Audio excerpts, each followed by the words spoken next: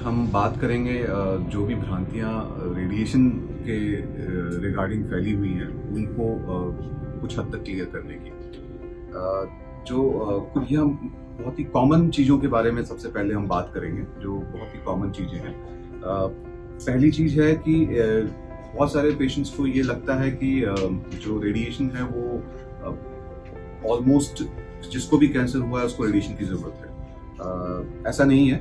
बहुत सारी सिचुएशंस ऐसी होती हैं जहाँ पे हमें रेडिएशन की आवश्यकता नहीं होती है, तो कुछ चुनी हुई कैंसर हैं उसमें रेडिएशन की आवश्यकता होती है, और स्पेशल कंडीशंस अगर फुलफिल होती हैं तो रेडिएशन की आवश्यकता होती है। और ये आपको अपने ऑन्कोलॉजिस्ट से, जो भी डॉक्टर के अंदर आपका ट्रीटमेंट चल रहा है, उससे डिस्कस करना चाहिए।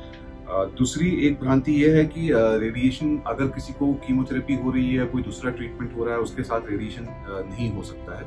ऐसा भी नहीं है। रेडिएशन कभी कभी हम कीमो के साथ भी देते हैं और कभी कभी हम सर्जरी के बाद भी देते हैं, सर्जरी से पहले भी देते हैं। तो बहुत सारी सिचुएशंस होती हैं जहाँ पे आप रेडिएशंस को अलग अलग ट्रीटमेंट के साथ इनकॉर्पोरेट कर सकते हैं। तो वो भी आपको एग्जैक्टली चीज़ें कैसे होंगी, रेडिएशन किस तरीके से होगा, ये भी आप अपने ट्रीटिंग डॉक्टर से डिस्कस करने के बाद ही आप अपना डिसीजन आपको लेना चाहिए।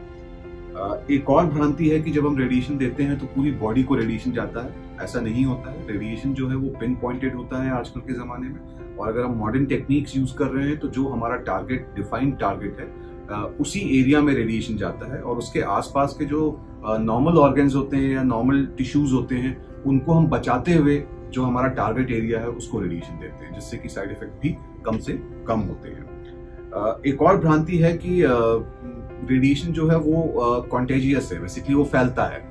कि अगर आप रेडिएशन लगा के जा रहे हैं तो बहुत सारे पेशेंट्स का ये सवाल होता है कि हम घर में लोगों के साथ मिलजुल सकते हैं या नहीं मिलजुल सकते हैं, या बच्चों के साथ हम मिलजुल सकते हैं कि नहीं मिलजुल सकते हैं। यहाँ पे मैं बताना चाहूँगा कि रेडिएशन जो हम देते हैं, जिसको हम एक्सटर्नल बीम रेडियोथेरेपी बोलते हैं, ये पेशेंट के शरीर में कोई रेडिएशन नहीं छोड़ता है। एक बार रेडिएशन जब कंप्लीट हो जाता है उसके बाद पेशेंट की बॉडी में कोई रेडिएशन नहीं होता। पेशेंट किसी के साथ भी मिलजुल सकता है।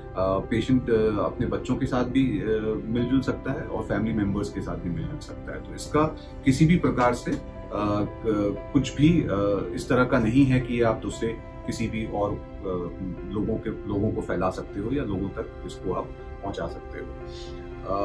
और एक भ्रांति और है कि लोगों को ये लगता है कि रेडिएशन तो एक रेडिएशन है, आप इसको कहीं भी लगवा लो, एक जैसा ही होता है, चाहे आप किसी भी अस्पताल में लगा लें। पर ऐसा नहीं है। रेडिएशन आजकल के ज़माने में बहुत सारी टेक्निक्स आ गई हैं, और बहुत सारे तरीके हैं रेडिएशन को देने के, और बहुत सारी टीम्स हैं जो रेडिएशन डिलीवर करती हैं। तो रेडिएशन एक इंसान या एक डॉक्टर, जैसे मैं रेडिएशन ऑन्कोलॉजिस्ट हूँ, तो मैं अकेला इस चीज़ को सॉल्व नहीं कर सकता हूँ। इसके पीछे एक पूरी टीम होती है।